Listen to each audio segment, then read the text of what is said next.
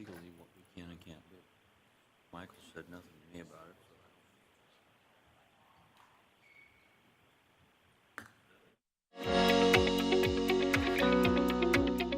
Good afternoon, and welcome to our Glendale City Council workshop. This meeting is for council members to review and discuss important issues, projects, and future council meeting agenda items. It's a work-study session only and allows the council to hear input from city staff. No action will be taken at this workshop, and there will not be an opportunity for public comment. This meeting is streaming live on Glendale's Facebook and YouTube pages and the city's cable television station, Glendale Channel 11. Thank you for joining us. All right, good afternoon. Welcome to Glendale City Council workshop session of September 13th, 2022. The meeting is called to order. I am going to conduct an attendance roll call only because we have one council member that's not sitting here in front of us but is on the phone.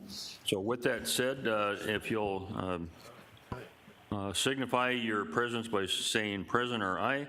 Councilmember Clark. Here. Councilmember Hugh. Here. Councilmember Milner. Present. Thank you. Councilmember Tomanshaw. Here. Councilmember Turner. Here. Vice Mayor.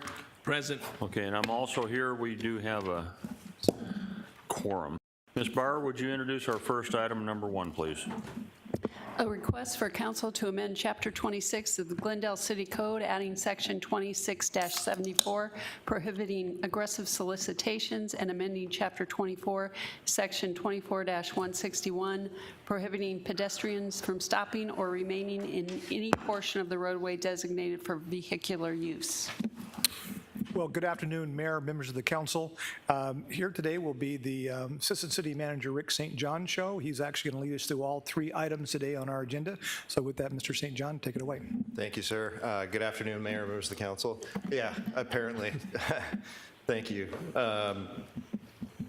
We've been having a lot of conversation as staff, in particular, about traffic safety.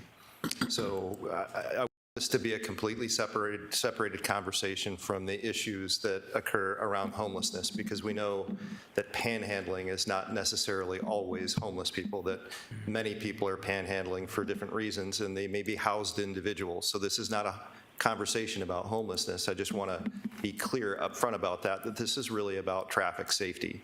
In conversation with Chief Briggs and his staff, it's become clear that pedestrian fatalities, pedestrian-related accidents in our roadways continue to rise.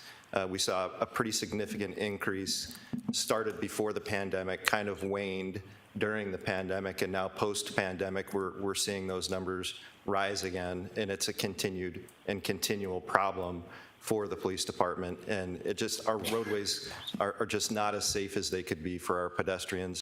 Looking at what other cities have done, we've come across a couple of ordinances that we believe will help improve our traffic safety. And it is related to the panhandling that occurs on many of our street corners now.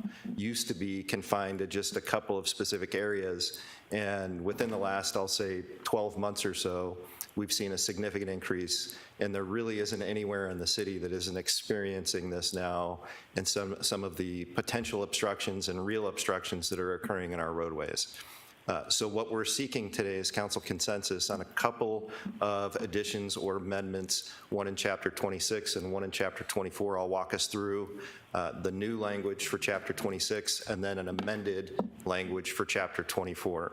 Now, Chapter 26, if you recall in the Glendale City Code, for the sake of any listener out there as well, is a criminal section of the code, and Chapter 24 deals specifically with traffic and vehicle movement. So the new addition to Chapter 26, Chapter 2674, currently is vacant. This would be included into Chapter 26 in that vacant spot. Makes it unlawful for any person to solicit money or any items of value from a vehicle that's being operated on the roadway, whether it's in motion on the roadway or stopped at a traffic control device. Doesn't really matter. It makes it unlawful for people to stand on a public right-of-way and solicit money or any other goods or services from that vehicle. And of course, there are some exclusions because there are times when people need to be directed to parking things of that nature. And so we would allow people who are trained to do that, professionals in many cases, to direct that traffic. But if you follow along on what's been written, it's unlawful to do it in any aggressive manner in any public transportation vehicles. That would be the Gus, the bus, or Valley Metro, or anything like that. 15 feet of any exit of any financial institution, so protecting people that are going to use ATMs, for example. And then on private property, if the owner, tenant, or lawful occupant has asked the person not to solicit. And then kind of the big one is what we started the conversation with: from any operator of a motor vehicle that's on the public roadway, either in transit or stopped at a traffic control device. And it doesn't matter if you're exchanging, washing a window, for example, in exchange for the money. It would make it unlawful to engage with the occupant or driver of a vehicle being operated on the roadway for the purpose of soliciting money or any other items of value. We're recommending that a violation of this section be civil on a first offense, and then any additional offenses in a 12-month period would be Class 1 misdemeanors. This is direct language from one of our neighboring cities, and in reports from how this is working in their city, they say that it is favorable and it is improving their overall traffic safety. So with that, I think I'm going to pause and allow for some conversation before we move on to the next section. One of the questions I have for you right off the bat is it necessary to have the word aggressive? So instead of aggressive, it just simply was prohibiting solicitations and amending Chapter 24. There's different ways people can look at aggressive. Some people might consider aggressive somebody just looking at them. Other people may go, well, no, they actually have to be in my lap, you know. So I'm curious if we could lose that word to maybe solve some of those problems that could be created by that. Mayor, I think the intent behind the word aggressive is people that are operating motor vehicles on the roadway are being distracted by the actions of people that are doing the solicitation. Solicitation in general,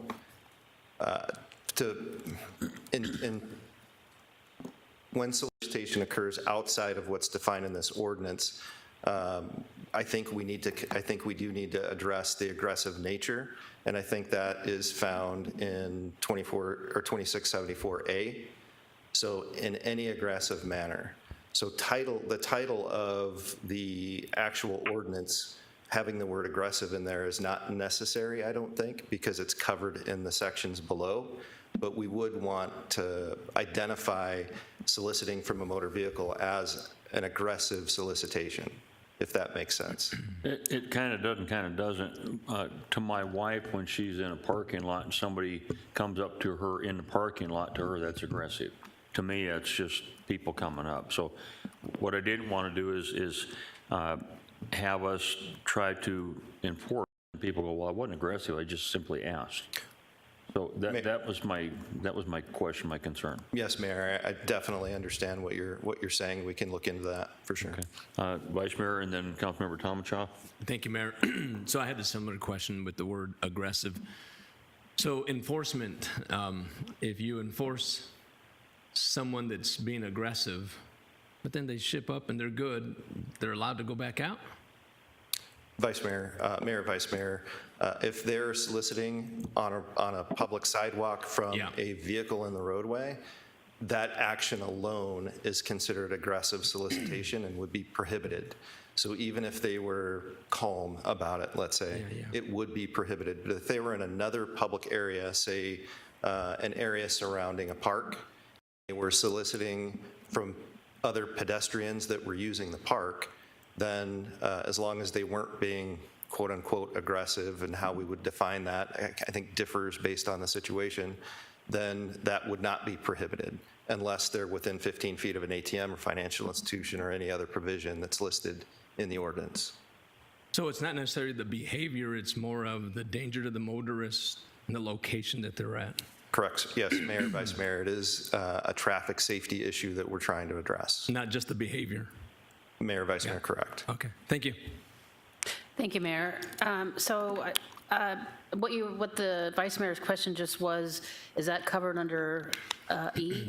From where it says from any operator of a motor vehicle that is in traffic on a public street? So any solicitation for, to buy a bottle of water, I mean, we see all kinds of stuff, buy a bottle of water, squeegee your windows, all of that kind of stuff. If you're in a car and someone approaches you, that's covered under this ordinance. Because, I've had people just actually come up and smack my window trying to, is that considered aggressive? I don't know. Mayor, Councilmember But they Tomachak. do that. You're sitting there and all of a sudden it's like, boom, it's like they're standing literally like standing right up in the street next to your car. So Mayor, Councilmember Tomachak, the reason why the title of the ordinance is aggressive solicitation is because E in and of itself is considered aggressive. Okay. If you're standing on a public right-of-way or public sidewalk, engaging with a motor vehicle on the roadway, whether in motion or stopped, that's aggressive. Okay. So slapping the window is certainly a different level of aggression, I would say, but the simple act of trying to solicit from a motor vehicle on the roadway is an act of aggressive solicitation. Mayor, if I could continue then. So with that in mind, under item C, within 15 feet of any entrance or exit of any financial institution or check cashing business, or with any 15, that's a person standing or in a vehicle? Because you could be approached at an ATM or something in your car, or, where you walk-up ATM. Mayor, Councilmember Tomachak, as I was reviewing this and putting this PowerPoint together, this particular section C that you're discussing made me think about where does an ATM exist that is not on private property. And I can't think of a location where an ATM exists that's not on a private property. So provision D would also apply, more than likely, if the person soliciting doesn't have permission from the owner of that property, then they can't be soliciting from that property. I think the reason why we include C is that protection for people that are using ATMs, walk-up ATMs in many cases. So I know ATMs exist in some convenience stores, for example, and we would want to prohibit people from soliciting from people that are using ATMs. It's just a safety concern. But I think D would also apply in most of those cases. Okay. So enforcement.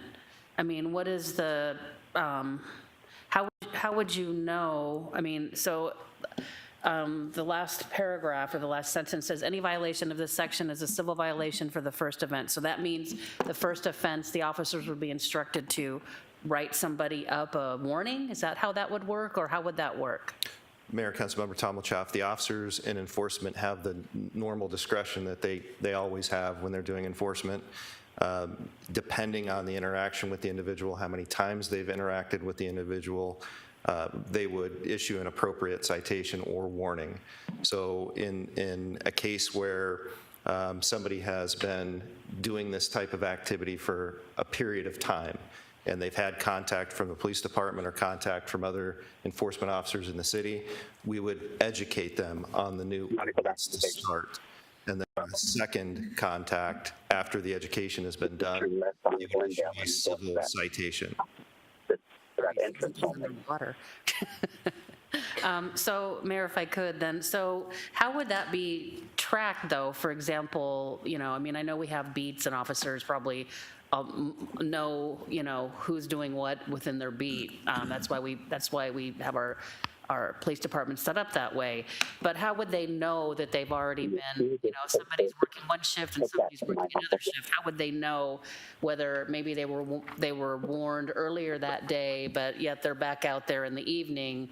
How do we, without actually giving them a written warning, know that they've been warned? Mayor, Councilmember Tomachak, in conversation with two patrol commanders for our patrol divisions and their staff, have developed, I should say, a tracking mechanism for things like this, and they would use that tracking mechanism for this particular ordinance if adopted by council. Thank you. Real quick question. I'm going to go to Councilmember Clark, but my question, 15 feet, I can tell you most women at an ATM is going to go, that's way too close. I'd be much more comfortable if it was a bigger area. 50 feet? I agree, 50 feet to me would seem a lot more safe. We're gonna do it, why don't we do it right? Mayor, I agree. Thank you, Mayor. Stop at the bottom. Mr. St. John, you talked about exclusions, and the only one you mentioned would be someone who is directing traffic in a professional capacity. Are there any other exclusions associated with this proposal? Mayor, Councilmember Clark, thinking off the top of my head, I can't imagine any other exclusions other than special event-related traffic, Okay. Traffic related to some of our bigger churches, things of that nature. Okay. Assuming that council approves this and it takes 90 days for it to become a law that's enforceable. During that 90-day period, can our police department move ahead and begin educating these potential lawbreakers about the fact that a law is coming and will be in effect on such and such a date? Can we start the education program before the law is official?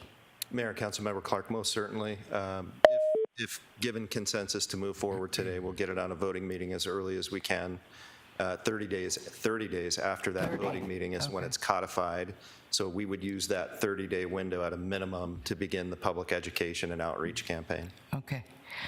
Lastly, any law is only as good as its enforcement component. Will there be an effort by the police department when this becomes law to aggressively enforce this ordinance? In other words, to try and make a dent in the situation, to try to calm it down, and then it should be easier to enforce after that. Will there be any kind of intense enforcement of this ordinance once it is enacted? Mayor, Councilmember Clark, yes, one of the reasons why we made the first offense civil is so that it wouldn't necessarily have to be a sworn police officer that issues that citation. Code enforcement, for example, can issue that civil citation. So that will be an all-hands-on-deck enforcement effort. Okay, because I think we create all kinds of laws, and when they're not enforced, what good do they do? Nothing. So it's nice to put a law on the books, but it's nice to know that we're going to take action associated with that particular law. So thank you. That's all I have right now. Thank you. Mayor? Bart? Yeah, Bart was next, and then you. Thank you, Mayor. Thank you, Vice Mayor. Thank you, Mr. St. John. Specifically regarding 2674, paragraph E, and given that this is about traffic safety and we're in essence making it illegal to solicit or panhandle in those locations, did your working group give any consideration to also making it in essence a ticketable offense to give to a solicitor in that identical situation? Mayor, Councilmember Turner, we did not contemplate that.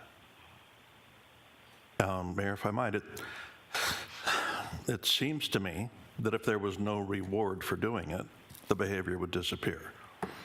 And that it's also patently unjust to punish the solicitor only if we're not going to punish the enabler. And I would think that it's worthy of consideration. It's just as dangerous to be slowing traffic down or encouraging someone to come off the curb to your window to give them the reward as it is to be doing the soliciting, and that we ought to perhaps in good conscience consider making that a citable offense.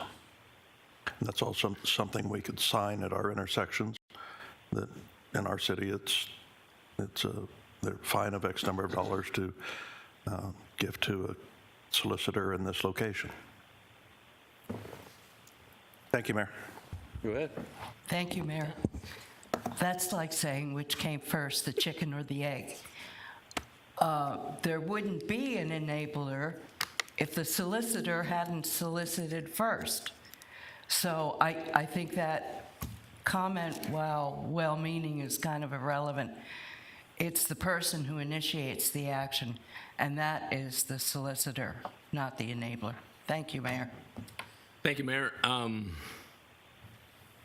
think the dais is for all great ideas, and whether or not Councilmember Turner's idea is great or not, I will just disagree respectfully and say that I want more people to come to Glendale, not less. So if I'm finding you because you have a heart and you're passionate about someone you think has a need, I don't want to punish you.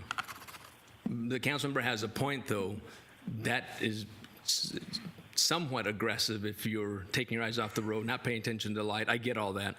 That's probably a different infraction of the law that could be addressed. But look, I want more people to come to Glendale. I don't want you to, hey, if you go over there and you feel bad for somebody, you give them money, you might get a ticket. So I disagree on that piece.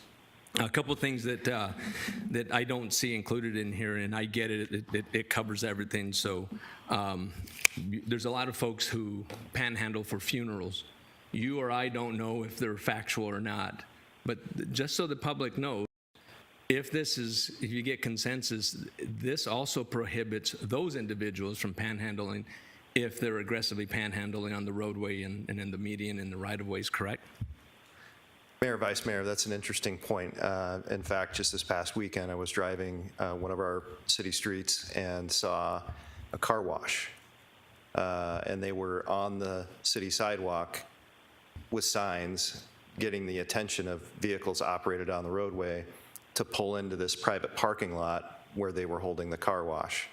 And I hadn't contemplated that prior to, but I would look to the city attorney on whether that is actual solicitation, or is it providing information to the public about an opportunity? Yeah, and before you do, and before city attorney chimes in, I just want us to know, to understand, look, I get it. We want to have safe streets and we want our commuters to be safe. But at the end of the day, there are folks out there who don't have the wherewithal to plan financially for death. Some do, some don't, and they have to do this.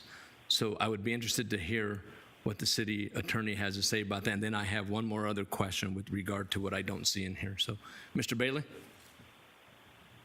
Mayor and Council, let's work off the first, I guess, the instance of a car wash. Somebody, I think, holding a sign on the sidewalk, I don't think this is meant to address that. Candidly, if the council wants to enforce it, you need to probably enforce it under your sign ordinance in that regard. The unique element of this, when you're talking about traffic, is you're talking about it's the safety of the pedestrian with an interaction of a vehicle. So it's not really holding a sign or technically soliciting. It's almost soliciting, and then there's the exchange of goods or services and or money. And I think that's the issue. So I think you can find a distinction there with the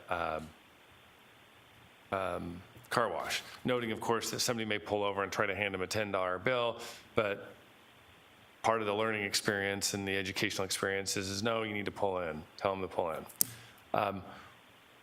Regarding your question, Vice Mayor, when we start to talk about underlying purposes for it, you're now creating an exception to your ordinance, and you get to the point where your exceptions start to swallow the rule. So why have the rule? Yeah. But again, noting that what we're trying, I think, to regulate in this, and Mr. St. John can correct me if I'm wrong, is it's not per se somebody soliciting something from the sidewalk. It's a solicitation where they're then stepping off the sidewalk and interfering with the flow of traffic, or somehow engaging by stepping into the street, as opposed to solely just a sign saying, here I am, I'm selling something, or I'm doing something. I mean, it's like the sign twirlers as well. I don't think we're looking at that. It's when they are seeking a technically, one could argue, a business transaction with a moving vehicle. Thank you. And here's the harsh reality, is that while you are collecting dollars from the street because of a death in the family, you can potentially cause a death in another family correct? Correct, yes, And Vice Mayor. thank you for getting the attorney to chime in, because just the community needs to know that there's a danger out there, and I give money to when I see a funeral sign out there, but we can be causing harm to others. So thank you for that. And then my next one is, so you talk about the 15 feet, and the mayor and I just talked about 50 feet. I don't see anything on panhandling at the front door of a business. And I hear that all day long. Can you keep the panhandlers from my front door? They keep people from walking into my business. So how do we address that, or is that addressed in another ordinance that I'm not aware of? Mayor, Vice Mayor, I think that would be addressed under subsection D. It's on private property if the owner, tenant, or lawful occupant has asked the person not to solicit. So let me take that a little further. So a lot of the businesses and storefronts here in downtown Glendale, the sidewalk belongs to the city, not to them. So there's not even a 15-foot exemption there. So how do we address it? Mayor, Vice Mayor, I'm recognizing now what you're talking about. Thank you for the clarification. And that is something that we can seek some language to try to address within this ordinance. If you can do that, I think that would solve a lot of issues for our businesses, storefronts, not just in downtown and all over the city. So Thank you. Mayor, Vice Mayor, for clarification and future work on that, is there a distance that this council would support from the entrance of a private-owned business? I would open it up to the council. Probably at least 25 anyway. At least 25 anyway, I would think, yeah. I have seen you wave. I'm going to get to you in a second.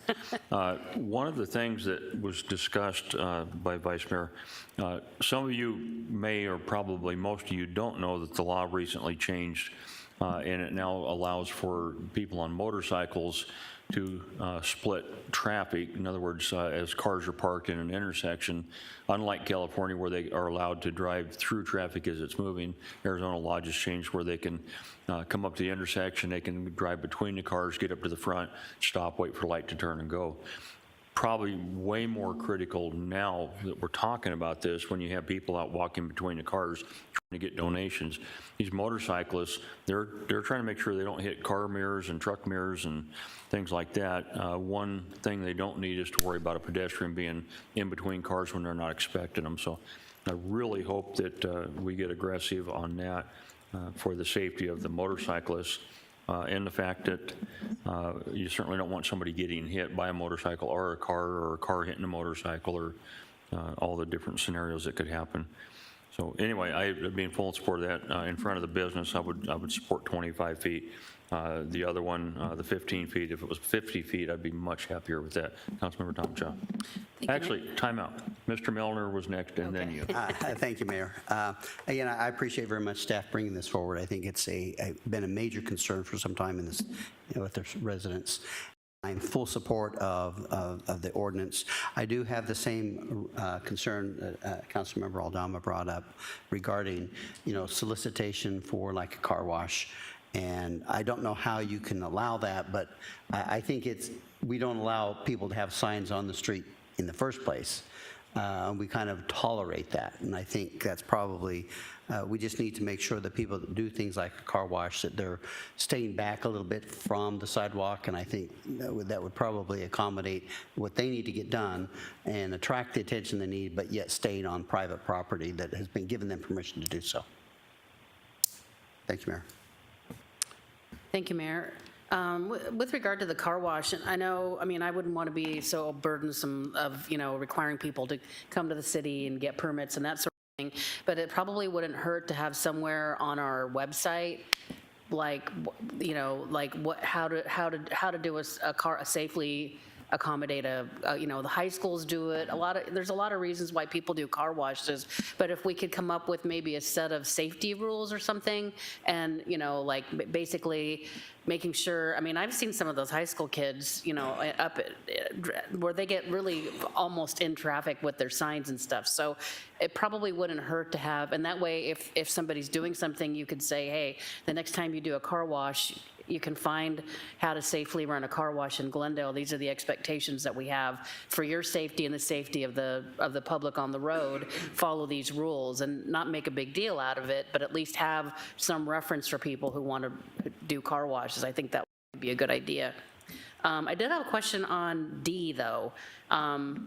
So does this mean that, for example, would the owner of the private property or the tenant have to do a blanket trespass in order, or this is just if do they just call and say, you know, I want this person removed, or I've told the person to leave, they haven't left, and I want the person removed?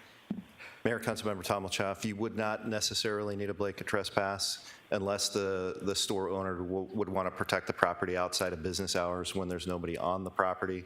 That's when a blanket trespass is most helpful to the police department. This ordinance would prohibit that solicitation at the property owner's immediate request or if the sign is posted. So, okay, thank you, Mayor. And if I could, so would this cover somebody who's soliciting without a sign too, then if they're just asking people for money as they come in and out of somewhere? Mayor, Councilmember Tommelchoff, yes, it would cover that. All right. Thank you, Mayor. I'll wait till he finishes. I do have something else I'd like to say at the end. So I'll move on to the next ordinance, which is something Mr. Bailey just alluded to, and that is the action of the public stepping into the roadway. So 24-161 does currently exist within our code. It's only subsection A, which is basically a jaywalking ordinance. You can only cross a commercial roadway at designated areas. We're recommending adding B and C. So B says that no pedestrian may stop or remain in the portion of the roadway designed for vehicular use. So you can't step off the sidewalk, as has been indicated in this conversation, for the purpose of engaging or for any other reason, but specifically here for the purpose of engaging a vehicle that's being operated on the roadway. C says this is a civil violation and that a warning must be given first. And with that, I'll answer any questions about this ordinance. Go ahead. All right, thank you. I have a question. I don't know, I mean, I know it says in an aggressive manner. Do we allow solicitation in the median? Or is that considered, because if you're not crossing the street, but you're standing in the median, and I see that quite a bit where literally it's a dangerous situation because the light changes and people start to go. So I don't know whether we address, and I'm seeing more and more activity in our medians by pedestrians doing all kinds of different things in the median. So Mayor, Councilmember Tommelchoff, B does address in any painted or raised traffic island or median. So if somebody begins to cross the roadway and makes it to the median, then the lights change and they have to wait for the next traffic signal change to finish their crossing, then that is allowed. That's not a violation of this section. If they're standing in the median and remaining in that median through changes of the traffic signal where they could make it safely across, then that would be a violation to be remaining in that portion of the roadway designated for vehicular use. Okay, thank you. I would like to say, Mayor, if I could, I know at least of one news story that's covering this issue, and you know, we have a responsibility to protect the public that's driving in the streets in Glendale, and we have a responsibility to protect the quality of life for Glendale residents. And I think this is a small step in that manner to do that.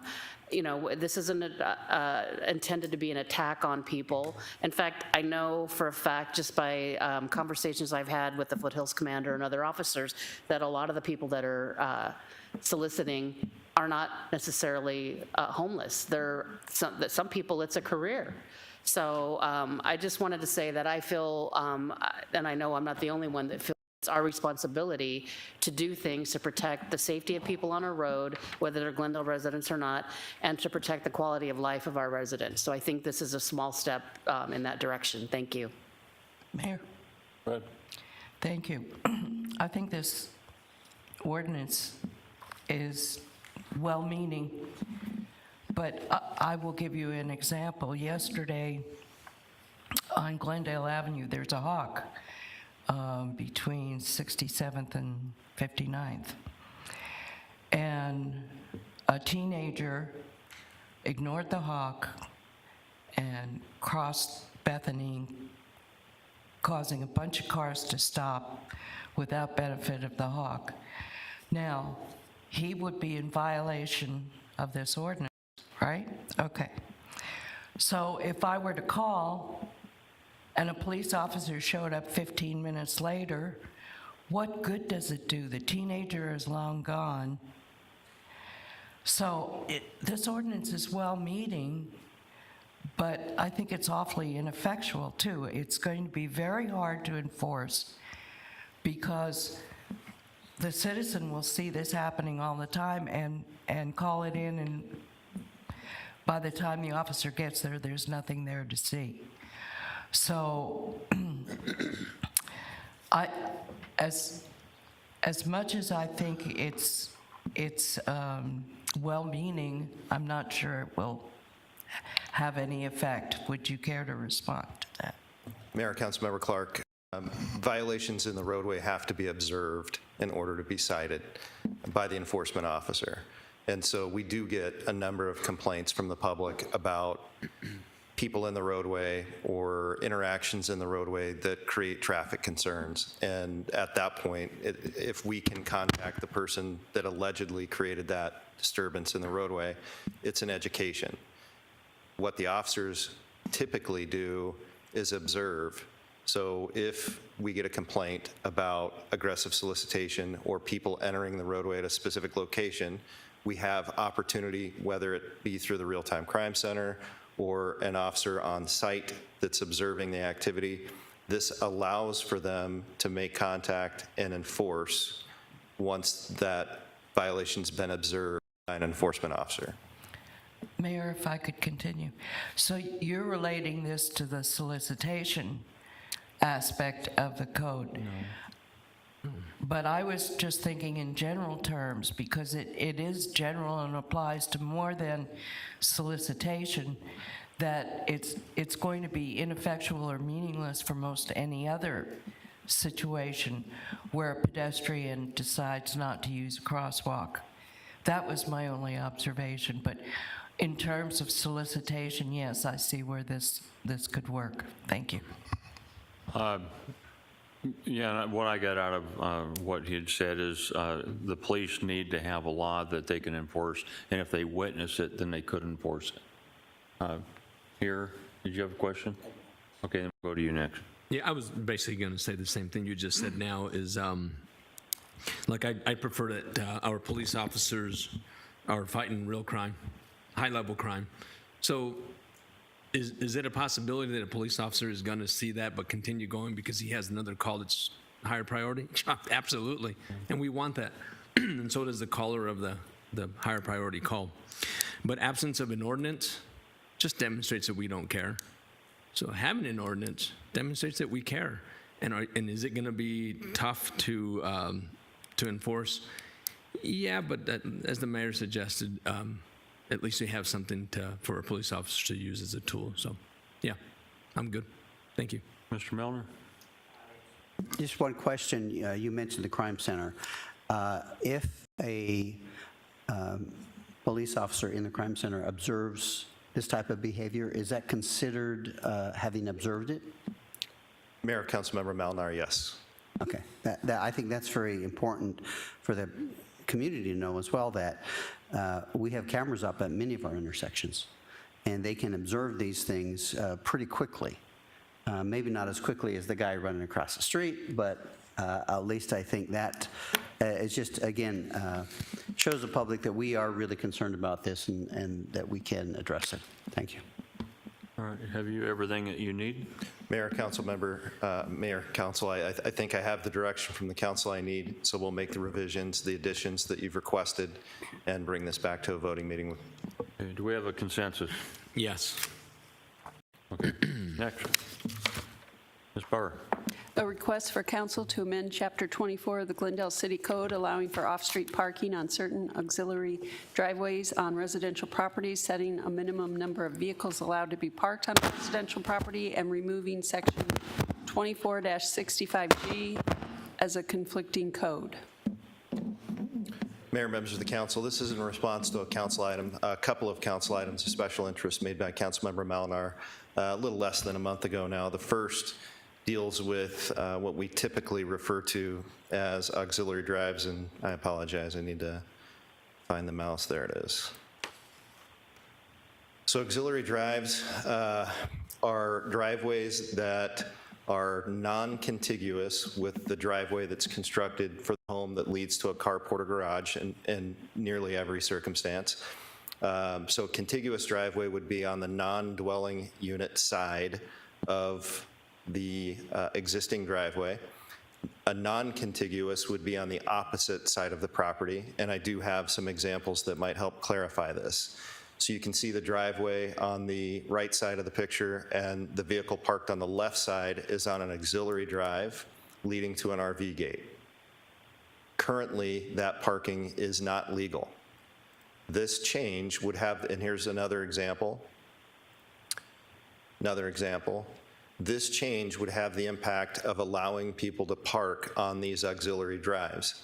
The thinking, provided they meet all of the other provisions of the code, I should include that. So the other provisions of the code has to be dust-proof, has to be distinctly different. If you're using crushed granite, it has to be a distinctly different granite than the granite you're using for the landscaping of the home, because we don't want people parking on landscaping, and we want it to be a designated parking and/or maneuvering area. And they need to comply with subsections 2468C and D, which are the percentage of the front yard that you can use for parking or maneuvering based on your lot size. So provided they meet all of those criteria, allowing them to park on this auxiliary drive keeps them on the property rather than the roadway, for example, and in many cases aesthetically looks better. So people may have crushed granite on the contiguous side of their driveway, opposite side of the dwelling unit, but it's not meant to be parked on. There's no RV gate, there's no really articulable reason to park on that other than it's allowable, currently allowable within the code, while they have, say, a paved auxiliary drive on the opposite side of their property that's not in front of the dwelling unit and meets all the other provisions that leads to an RV gate. Aesthetically, it has been argued, I should say, that it looks better. And so this would have the effect of allowing people to park on those auxiliary drives. And with that, I'm happy to answer any questions about this ordinance change. Mr. Mellner. Thank you, Mayor. The reason that I brought this forward is, as you know, our Code Committee went through the parking regulations, and last year we passed a more strict parking regulations. As a result of that, there were certain instances where the parking regulations were more strict, and therefore we were following up more finitely with the residents. This particular auxiliary parking has never been allowed in Glendale. It's always been illegal to park on these auxiliary driveways. But with the other restrictions that we put in place with the parking regulations, I started getting quite a few calls from residents in my district about this issue. And so I went out and visited quite a few of these residents and observed this same situation. They were being required to park in another place on the property that didn't look nearly as good, or they were being required to park on the street. And to me, it didn't make sense when they had a concrete or improved driveway that was in front of an auxiliary that was not in front of the house, why we wouldn't allow that to be parked on. And so this is actually making the parking regulations less strict regarding this particular type of parking. And so with that, I would give it to the council to discuss further, but I'm fully in support of making this change because it will provide, I think, some relief in those areas where it actually looks better to park on an auxiliary driveway than otherwise. Turner. Thank you, Mayor.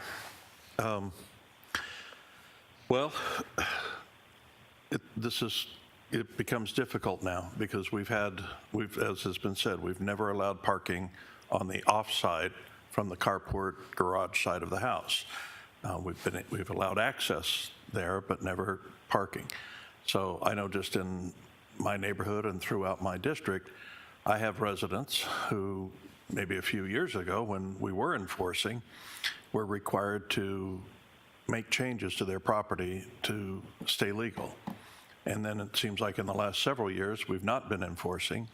And their next door neighbor now is doing exactly what they didn't get away, what the first neighbor didn't get away with. The second neighbor now has been, quote, getting away with for who knows how long, for years, 2 or 3 now at least. And I've got some neighbors and residents that have done it right.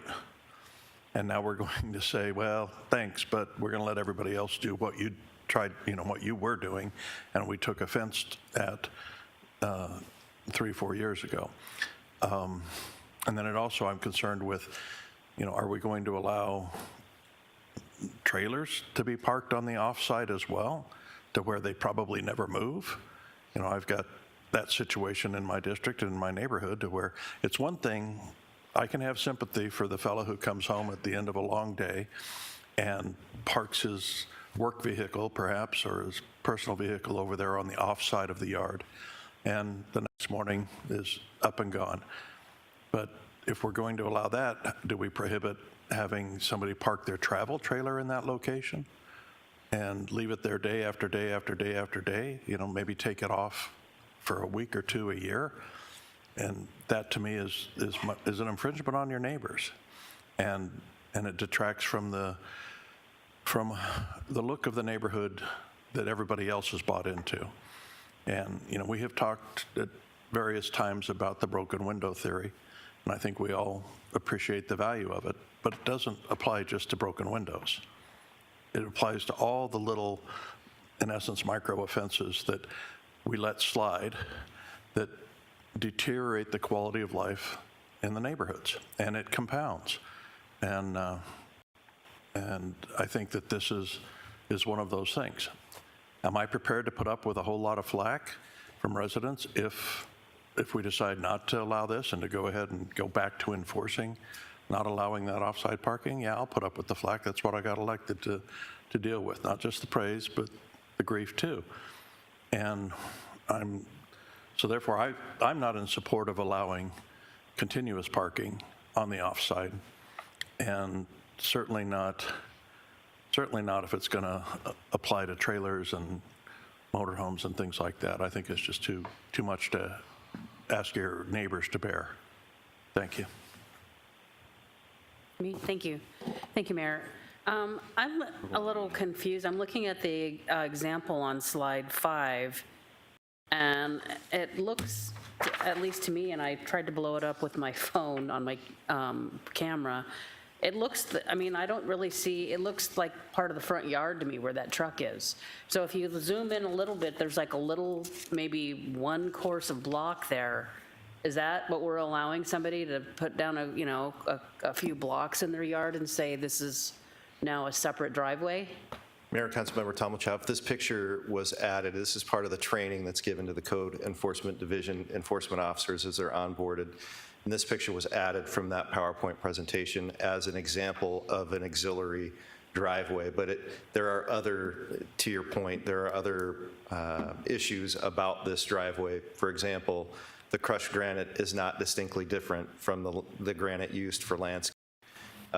So it's the position of the vehicle that we're discussing in this picture more than the other components of Chapter 24 that would need to apply, if that makes sense. So, okay, I must have misunderstood. I thought you said this was an example of something that was allowable. Mayor, Councilmember Tomalchoff, this is currently not allowed within our code because you cannot park on an auxiliary Right, drive, but, but it also isn't allowed, even if that was on the contiguous side of the driveway, it wouldn't be allowed because it's not distinctly different than the other landscaped rock for the yard. So it gives the appearance that you're parking in your landscaping. So they have several corrections from this picture that would need to be made. Mayor, if I could, I mean, why wouldn't we just say, rather than dust-proof driveway, say improved? And that if somebody really feels like they need to do that, then they need to improve, make it into a driveway. I mean, otherwise you're literally just, you know, parking in your yard. I mean, even if you have different color granite, and I don't know, I feel like if it was really important to somebody that they would have to improve the driveway, put down concrete. I don't know whether you want to put a, you know, I know the next present part of the presentation talks about the number of vehicles, so that would, I think, cover that. But I am curious to know, I mean, could somebody, if, obviously if you have an HOA, then you have to abide by the HOA rules, and you can't have, but there are a lot of residents, most residents, I think, don't have HOAs. So I think the idea that somebody could just, you know, park things there, even if it's three things, whatever it is, a trailer, flatbed trailer, a travel trailer, any kind of thing like that, that diminishes the appearance of the neighborhood and also the desirability of the neighborhood, which affects your property value. So I think we need to be really careful. I mean, I know, I understand why people want to be able to do this, but I'm leaning towards more that if somebody wants to be able to park additional vehicle, then they should make a driveway and not just be able to just have a different color granite, or in this case, you know, put a few blocks down and say, okay, now voila, this is a driveway. Thank you. Councilmember Clark. Thank you, Mayor. Well, so far I concur with the comments made by Council Members Malnar, Turner, and Tomajoff. I think you have to go back and think about history. When the Code Committee was formed, that was composed of a lot of citizens from all over the community. This was an issue that was probably one of the most hot-button issues. People are, quite frankly, sick of seeing vehicles parked willy-nilly all over the front yards. It looks like Hillbilly Central, which is not what the impression we want to encourage in Glendale. And our citizens are tired of it too. And this ordinance does nothing more than give more people a free pass on parking wherever they wish. And putting up a few cinder blocks to delineate a driveway is ridiculous. So I support the comments of the previous three council members, and I will not support the changes that are proposed. Did you want to talk? Go ahead. Okay, so I want to address some of the concerns and questions that have come forward. And I understand all of them, because I chaired that committee and I heard the concerns. However, there is one thing that we're not mentioning. We put in place a lot of very strict regulations regarding how many vehicles a front yard is able to accommodate based on the size of the home and also based on the lot sizes. So a lot size that is currently 8,000 but will be moved to 12,000 can have up to 3 driveways on their property. And so it's okay to have 3 driveways, and some of these places that I'm talking about, they have 2 driveways, and then a 3rd driveway would give them an ability to utilize that 3rd driveway that without parking in front of the residence. One thing we are going to retain on is you cannot put a driveway in front of a living space, and that's really important to remember. And so when I evaluated it, I went out to maybe 5 or 6 different properties to observe what was going on. They were being cited, and the question was, why are we now being cited for parking on a paved driveway, and they're telling me to go over and park instead onto this other area that is not a paved driveway, but is considered next to the driveway, and I can park there. It's got rock there, and I looked at the pictures, and I looked at the actual situation. They don't look better parking the way it's legal to park. It looks better if they park on the auxiliary driveway. Now, to address the issue of the trailer, yes, indeed, trailers under this ordinance as written would be able to park on that auxiliary driveway, and that's what some of these we're doing already. Back in the 1990s, this was a big issue in the neighborhoods that in my district, and the code went out here recently, and they started to cite these situations, and one neighbor said, well, I'm going to call in all the complaints on everyone else, and there were about 20 or 30 within a neighborhood that had the similar situation. They were parking on their auxiliary driveway. So I drove the neighborhood and looked at those driveways. I did not see them as unsightly. I did not see them as making it worse. However, one citizen said, well, I can't park my trailer there, but I can't park it on my driveway instead. So he parked his driveway sideways on his driveway because it wouldn't fit otherwise. And he said, this is the only place I can put it. So I'm parking it on my driveway on an angle, blocking half of the house basically, and it looked awful. It looked unsightly, but it was legal. It was legal. And I said, show me the picture of it before. And showed me a picture of it parked on the auxiliary driveway on the side of the, next to the side of the house. And it looked 100% better. It really did. And so that made up my mind on whether or not we should move forward on allowing auxiliary driveways.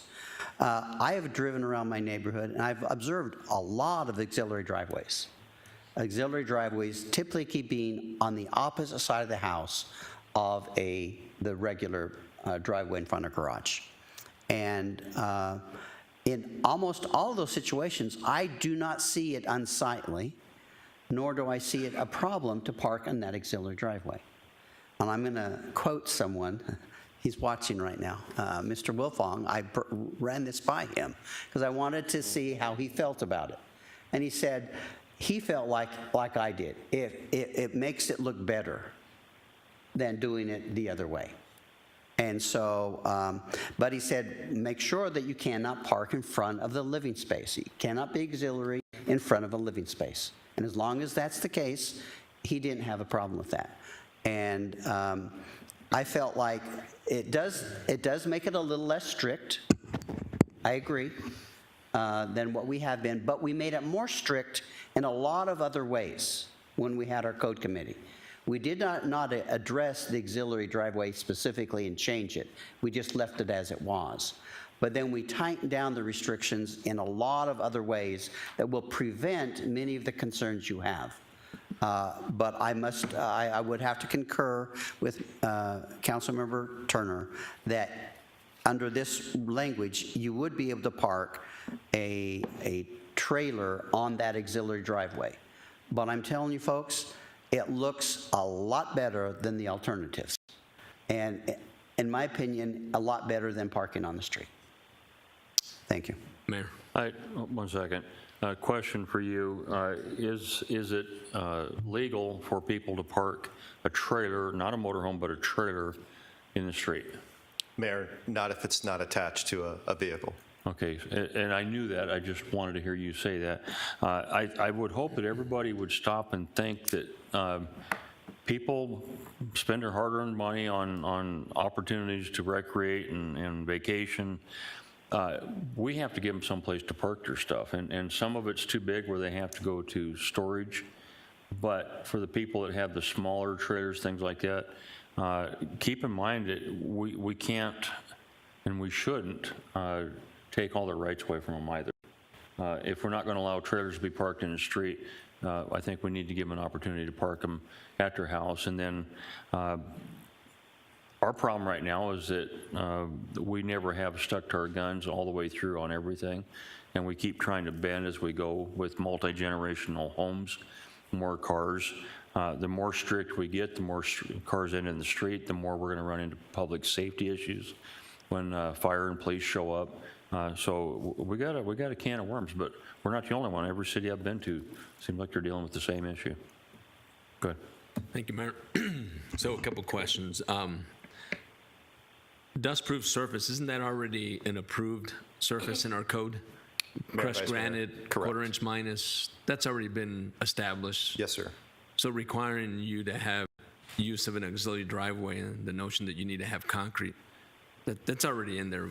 We don't need to go there. That doesn't need to be changed. Mayor, Vice Mayor, dust-proof surface is addressed in the code, yes. Okay. And not everybody can afford concrete, and not everybody likes concrete. They'd rather have the natural look. So, question for you, though, and I think I mentioned this to you before you brought this item. So talk about the sidewalks that have the roll curb and the sidewalks that have the square curb. So the roll curb is easy. You just pull right up and right in. Talk about how we're going to allow, if this goes through, to get consensus on the square curbing. What's the solution on that and requirements? So Mayor, Vice Mayor, there are a couple of opportunities that the public might have. They could pay for a curb cut, so transportation would do that. If they wanted to park on auxiliary drive that didn't have a rolled curb or a flattened driveway, which we see in a lot of our communities, that can be done at the expense of the homeowner. There are devices that are sold on Amazon, for example, that you can purchase that you temporarily place in front of the squared curb that allows you to get over that curb without causing damage to the sidewalk. That's the issue the city is trying to address, is to keep damage from occurring to that squared off curb by people continually driving over it. We've only allowed that in one instance that I'm aware of in the last 3 years, and it was a special circumstance, I'll say. But we have allowed it in the past, so it's worthy of mentioning in this conversation. But it would not be allowed to continually drive over that squared curb to access an auxiliary drive. The homeowner would have to do something to protect the city's asset and the sidewalk in that instance. Okay, so thank you for that, and it, probably the same confusion I had when you and I had the conversation before you brought this. So let's just give you an example. Let's say the neighbor, a citizen has the auxiliary driveway. Let's just say it's concrete or approved surface, square curb, not roll curb. They buy this device and they install it, and let's say there's some damage not caused by that person, just there. And then they take that item, they put it inside the home so nobody takes it. So how do you enforce that? Mayor, Vice Mayor, it's based on the damage to the curb itself. So transportation has a team that will go out and do an assessment of the sidewalk, determine the level of damage that's being caused. And the case is built based off their assessment and what we can observe. So tire marks, any other evidence that suggests that the homeowner is not behaving appropriately and that it's not normal wear and tear of a sidewalk. So then, okay, so then let's just say the individual has that device. There's damage, but he has that device. What are you going to ask him? Bring your device so we can see it. And did you have one? Mayor, Vice Mayor, I think in a particular circumstance, we would ask for them to demonstrate how they're accessing the auxiliary drive without causing damage to the sidewalk. All right.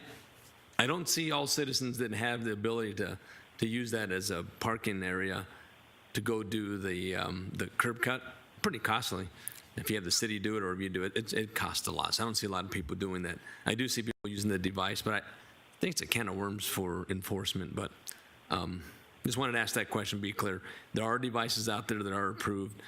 Do they have to take them in every night as to not cause a problem for street cleaners or just pedestrians? Is that part of the enforcement? Mayor, Vice Mayor, we would ask them to remove the device because that is a gutter typically too that water would need to flow down freely. Yeah, fair enough. Thank you. Anyone else? So Mayor, is there consensus to move this forward? Consensus? Not Yes. for me. 3, yeah, you have consensus. Okay, The next section that we're talking about is 2468, subsection B. This was adopted June of last year, if I'm not mistaken. I think it was June of 21. And this was a new provision of the code that only allows one vehicle for every 400 square feet of livable space for the dwelling unit in a residentially zoned area.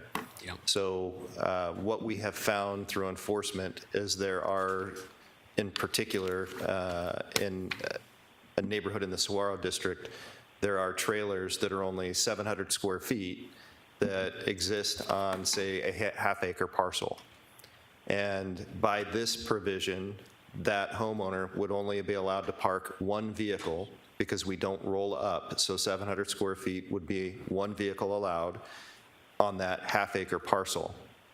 So the council item of special interest from Councilmember Malinar was to set a minimum.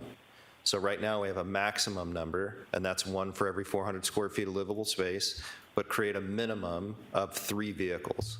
So regardless of the size of your dwelling unit, you're allowed a minimum of 3 vehicles, and then the maximum is still set by the 1 per 400 square feet. And with that, I'll happy to answer any questions. Vice Mayor?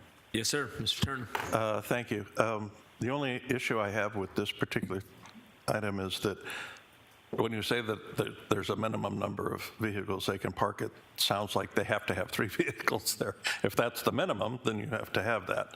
So maybe it's, everybody's allowed, at least 3 vehicles and additional vehicles for additional square footage.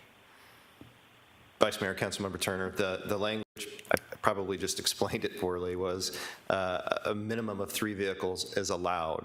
It's not mandated. You're allowed to have up to 3 vehicles at a minimum, and then any in excess of 3 vehicles would be based on the 1 per 400 square feet of livable space. Any other questions? I think the explanation was very well done. And I don't see, we're not going to be using that word minimum in the ordinance itself, correct?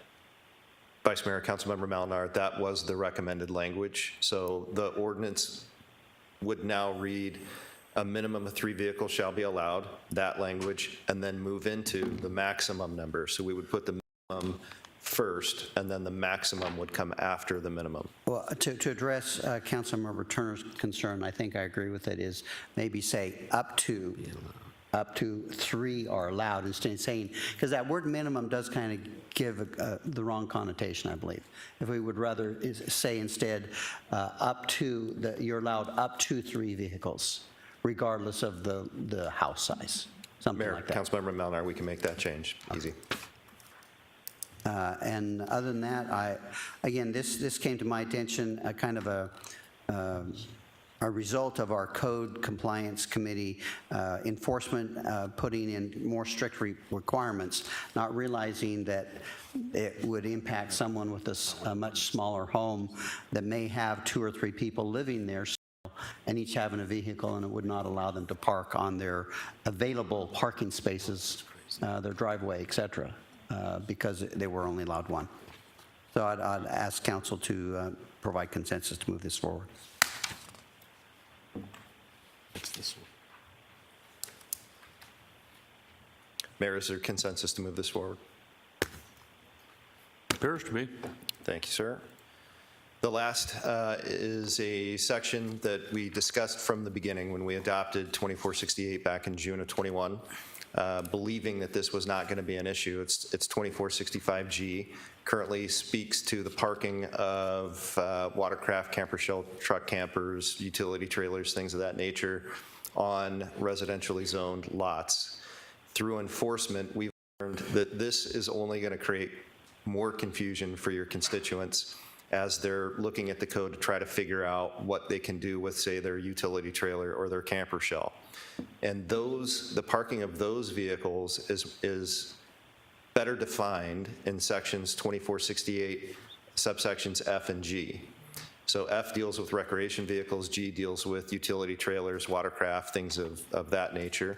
And it's very descriptive on what you can and can't do. 2465G just creates confusion. And so the recommendation from the city attorney's office and the code division is to just eliminate 2465G. We're not using it for enforcement. We're relying on 2468 F and G for the regulation of that parking. And with that, I'm happy to answer any questions about this change. Mayor? So let me get this straight. So you're prohibited from parking those vehicles on just dirt or turf or whatever. So two things, you have to have it on an approved surface and screen it. The both? Mayor, Vice Mayor, what the ordinance in 2468 F and G states is that you're allowed to park up to 2 RVs, utility trailers, in an approved parking area in front of the home, provided you meet all the other requirements of the code. So that's the dust-proof surface, the amount of space used for parking of vehicles, and the number of vehicles. Okay, thank you. So I confused myself. This is only in regard to front yard. This doesn't say anything about backyards that face the street, because there's homes like that. So how do you address that? Mayor, Vice Mayor, that's a tricky topic that we're working through right now. We just had a meeting a week or two ago with the Code Compliance Division to talk about parking of these types of vehicles in unscreened rear yards. And we're working with the legal department on how to best handle that, understanding that from an observation point, if you can be beyond the boundary of the lot and see what is a technical violation of the code, it is something that we need to be addressing, and we're working through how we're going to address that. All right, so let me just go off on a tangent real quick here. So I was confused. It's a front yard, but with the conversation we're having now, is a big issue, because there are backyards that face the public right-of-way, streets and sidewalks. And then simply all you have to do right now is screen it, which looks even worse than what you're trying to screen. So to be clear for those who are watching, you and your team are working through that right now and are going to bring something back? Mayor, Vice Mayor, correct. Okay, sir, thank you. Anybody else? No? So Mayor, I am hearing there's consensus to move that forward. Consensus? Yep. Thank you.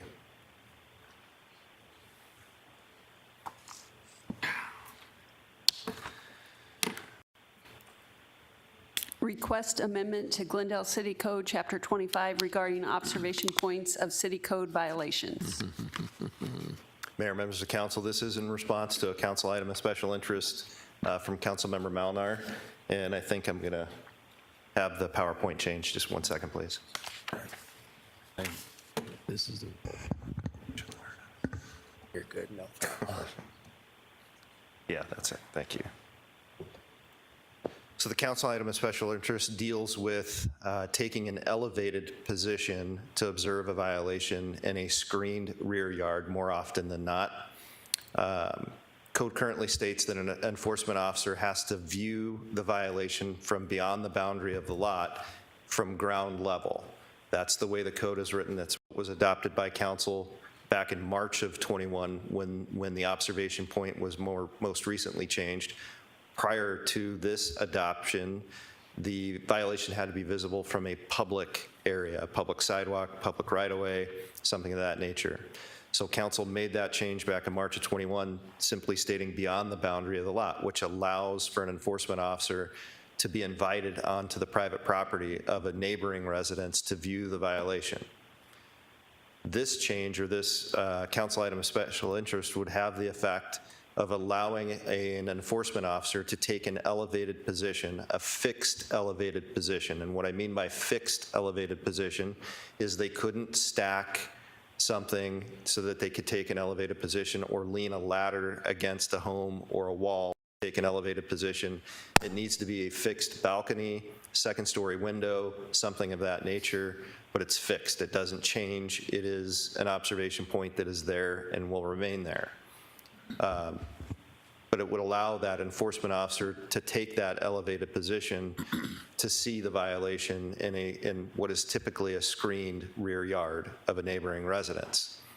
In speaking with the city attorney's office, there's a couple of issues that we need to talk about if this gets adopted. First, we would absolutely need to identify the complaining party in the court proceeding at a minimum and in the report as well, so that the judge or hearing officer or whoever may be making the decision on the case can verify that the officer was in a position they were invited to be in. That also exists today, I'll say, from beyond the boundary of the lot. So if we have to go onto a neighboring adjacent property to view the violation, that neighbor would have to be willing to testify in court and be named in court as having allowed the officer to take that position. The same would apply here. Privacy expectations. So courts recognize that screened rear yards have a higher level of privacy or expectation of privacy than, say, a front yard, and a lower level than, say, the interior of the dwelling unit. It's logical. But when it comes to government, the court is even more restrictive about what government can and can't do to view a violation. So that's something that we would just have to tackle case by case more than likely. And then the third issue that we need to discuss is identifying the types of violations that we would allow an enforcement officer to take an elevated position to view. So for example, items stored in public view, not allowed on the front of your home. You can't stack boxes that you're getting ready to take to Goodwill, for example, at the front of your home. We would allow that in the rear yard. And we would expect, I think, that we wouldn't want an enforcement officer taking an elevated position, seeing a stack of boxes by somebody's rear Arcadia door, French doors, and citing them for items stored in public view. I think we would want to consider limiting this provision to those issues that would be considered life safety issues. So significantly overgrown grass, weeds, vegetation of any kind that harbors infestations that could thereby affect the neighboring properties, pools that are green, for example, parking vehicles on excessive vegetation where that becomes a fire hazard, things of that nature, I think would be best applied to this provision of allowing an enforcement officer to take a fixed elevated position to view the violation. With that, I'm happy to answer any questions or hear the conversation around it. I have, I guess, a few questions for you. So would the officers be going there based off of a complaint? Mayor, yes, and in nearly every instance, it is complaint-driven. Okay, so if the people don't have a two-story, if they have the same level house as their neighbors, and for instance, a 7-foot-high block fence that you can't see through, but the neighbors know that their next-door neighbors have all these things going on, well, obviously the neighbor elevated themselves to look to see what they had. Are we not, by law, afforded some sort of privacy in our backyards by a 7-foot-high fence? For instance, and I'm not saying I do this, so don't assume that I do, but what if a person wanted to sunbathe in their backyard naked? Are they allowed to do that if they have a 7-foot-high fence? Mayor, yes. Okay, I have problems with this being even addressed. I don't like the idea that we're going in there looking for problems, and if the neighbors are looking over the fence, maybe they shouldn't be. I don't support this at all. I think that we have other things available to us. For instance, Google Earth. I think that if we allowed code to use modern technology, it may not be up to date today, but if it's a problem, that problem's not going to be quick. It's going to be a long-term effect. I don't know why we don't just go to Google Earth and utilize that instead of allowing somebody to go into a neighbor's house, climb up on a roof and look over, or a fence, or 6-foot step ladder, whatever. I don't agree with that. Who else? Go ahead. I may have misunderstood. I thought that it could not be a ladder or anything, that you literally, it would be basically, the way, at least I understand it, is if somebody's got, essentially you would need a 2-story house to be able to, or maybe even a tri-level if you could be up high enough, where you could see into somebody's backyard where they've got, you know, some situation that violates our code. Is that? Mayor, Councilmember Thomas, that is correct. You wouldn't be able to erect a ladder to look over the fence or step on something that you've built up in order to look over the fence. It has to be a fixed position. So, Mayor, if I could, so in that situation, somebody who's concerned about a situation in a home, either behind them or next to them, that would only be able to see probably behind them or next to them, and it would be, you could only, would it be restricted to, or could you say, well, I can see, you know, over there, 4 houses down behind me, I see something. I mean, is there some sort of, you know, I mean, how far are you allowed are you allowed to see a code violation from your 2nd-story balcony or whatever? Mayor, Councilmember Thomas, we did not contemplate a distance requirement. Okay, I don't know whether, I don't know whether, I understand the mayor's point. I also understand that if, you know, especially if it was literally adjacent to my home, where it may be affecting if I'm trying to sell my house and people are going to be standing up in the 2nd story and looking and seeing this, whatever it is behind me or next to me, and say, I don't want to live here, then it's affecting my property value or my ability to sell my house and move on to whatever it is I'm trying to do. So I could understand that being an issue. I could also understand it being, you know, could be some sort of a dispute or something between people who, maybe it's not the adjacent property, maybe it's somebody up on the block behind you and down 4 houses, where that may be a little more iffy, where we would allow somebody to make that type of complaint. But I would understand, I mean, I've actually encountered that issue before with people with 2nd-story homes that are trying to sell their home, and there is an issue with the house behind them that probably is a code violation, and there's literally nothing that can be done about it.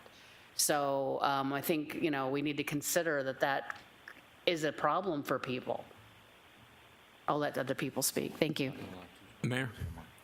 So a couple, let me just be straight here, so, or try to get clarity here. So you can't put a ladder on the block wall and look over, but you can, however, under this new code, put a ladder onto the patio that overhangs the home and get on that roof and look over? Mayor, Vice Mayor, no. Okay, so can you access that patio through the inside of the home if there's a window? Mayor, Vice Mayor, yes. Okay, so we're going to allow, remember, so the patio is not made for standing, it's just a patio cover. So we're going to allow an employee, code enforcement employee, to go through a window on a roof that's not made for people on it. No, Is that what you're saying? Mayor, Vice Mayor, I apologize. No, that's Okay. not what I was saying. If it's a balcony that is Approved balcony meant to be walked on. then that would be permissible.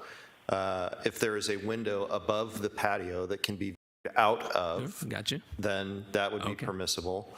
But to go onto a surface that's not meant or built to be a fixed elevated Okay. position. Okay, gotcha. Wanted to be clear. I'm clear now. Thank you. Anyone else? Go ahead. I want to emphasize what Mr. St. John said, that this would be limited types of violations.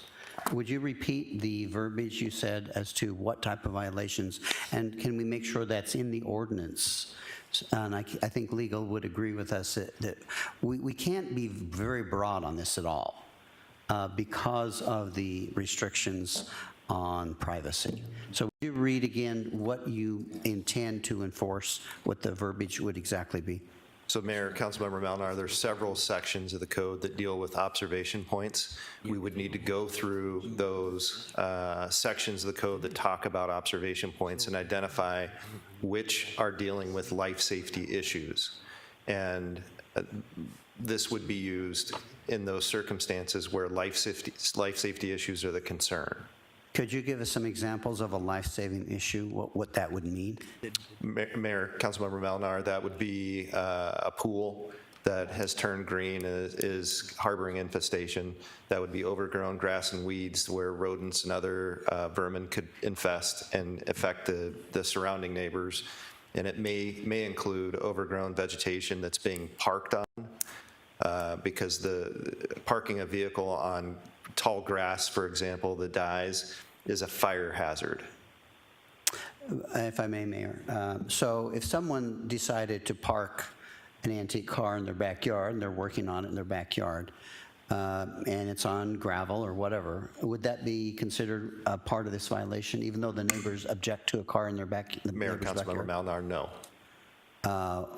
What about if their yard just isn't very well kept? It's not a hazard, or it's not, they just have a lot of debris kind of laying around.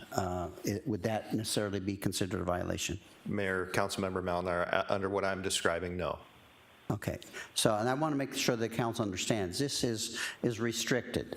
It's restricted as far as the types of observations, because, again, what we're trying to do is make the city a safer place, a place where quality of life is high. And we can't control everything. We can't say a person can't do what they want to do in their backyard. If they want to sunbathe in their backyard, they should be able to do that. But at the same time, if there are things that are hazardous that they are doing that may be hazardous to the public or to the neighbor, or the potential of being hazardous, just like we created the ordinance regarding palm fronds using the hazard of a potential fire hazard, if palm fronds are allowed to continue to grow and grow to the ground where they could catch fire or cause other damage. We passed that, and I see this as being similar to that. We want to be able to regulate limitedly certain elements that are code violations, but not all code violations would be enforced by this. They could not be, simply because we are limited as to, by law, I think, by court orders or whatever. So I want to make sure that the council understands that that is what we're talking about, not all possible code violations. Yeah, I'm going to respond to that. I don't like this for multiple reasons, but number one, by the limitations that you're discussing, unless you live in a two-story house or have a structure that has proper stairway and a walkable roof, if you have that, great. But if your neighbors don't have that, and yet they have issues with their next door neighbors, there's virtually nothing they can do. It's not fair. Not fair at all. In the block that I live, there's one home that has a two-story. There's 16 other homes that do not. The one that has the two-story, if they chose, they have neighbors on both sides of them in the back that they could complain on. But not the other 16 homes have an opportunity to complain about their neighbors. I still don't know why we're not looking, instead of doing this and making it to where we're only selecting a few homes that have that opportunity, which I don't completely agree with, but I understand the reason why you're saying that, why we don't start looking at technology, Google Earth, where it's something that they could look at all the time. You complain, go to Google Earth, see the last time that the picture was taken, and see how often they update it. Because I think you can get a lot more information a lot safer without the risk of employees going into somebody's home. And then liability-wise, I mean, anytime one of our employees goes into someone's residence, we always have that concern. I think it's unfair to a lot of people that may have an issue next door, and yet there is no legal way that you're discussing today. That doesn't mean 6 months from now you guys aren't going to come back and go, well, maybe we should allow them to go on top of a 6-foot ladder. I see that coming, I really do. I still think technology is the easiest, quickest, probably the most reasonable way to do that and be fair to everybody. Go ahead. Thank you, Mayor. I can think of at least 3 different examples in my district where this would have come into play had they had been allowed an elevated position. One was it was I guess a rental house. The management company took good care of the front yard, but the backyard not. It had a pool that had been drained. The county had actually been out and done whatever they do to kill the larvae in the pool, but the backyard vegetation was about 5 feet high and extremely thick, and during the monsoon season, the bugs and everything else were impacting neighbors on all sides. And yet, because you couldn't see the vegetation, it wasn't taller than the fence, our hands were tied. Another one was a situation that the fact that it was a hoarder house is not relevant. It was simply a house where the neighbors from their backyard could, or from their upstairs, I guess, could see that their neighbor had been, in essence, converting a patio cover, like it had been discussed here, a structure that was simply a patio cover, and they had put a wooden staircase up to it, and that it was being used like a covered patio. And it was pretty clear, from the neighborhood construction that it was not done for that. There were no handrails, guardrails, or anything like that. And so that's a second life safety concern. And another one that we didn't discuss was if a motorhome or mobile or trailer is being used as a occupied residence in somebody's backyard, such that the lights are on and people are coming and going in the evening hours and that sort of thing, that is also a life safety issue. We've lost a life or two in my district under that exact scenario within the last few months. So it seems to me, for life safety reasons, that we should allow this. I get it, see, here's the thing, if you buy a 2-story house, you're going to have to appreciate the fact that you may be able to see things you'd rather not see, whether it's sunbathing or whether it's somebody who keeps a rusty old water heater laying down in their backyard. Nothing you can do. You're just going to have to accept that. But at the same time, too, if it's a life safety issue that threatens your well-being, your neighbor's well-being, or guests at another property that might innocently be utilizing unapproved construction, which can be very dangerous, then I think we should allow it. Thank you. Any other discussion? Any other discussion? None? Go ahead. I do have a question because you said green pools, and I just asked Councilmember, I know that the county, I thought anyway, that the Maricopa County, because I've encountered it in my real estate career, green pools, but if we're contacted, what is our, just out of curiosity, what is our process for a green pool? Mayor, Councilmember Tom LaChaff, for green pools, we do contact the county, and the county Okay. comes out and handles that. All right, thank you. Here. Go ahead. This is a difficult one because I understand the mayor's concerns about privacy and protecting the privacy, an individual's privacy. But I also can sympathize with the examples that Councilmember Turner related, because we do have those from time to time.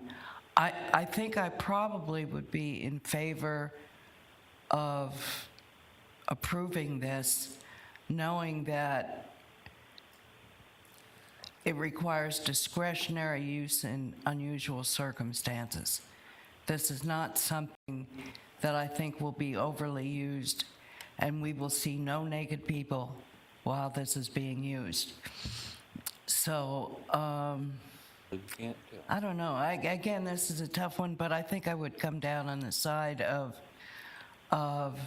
allowing code to use this as a tool in extraordinary circumstances. Thank you, Mayor.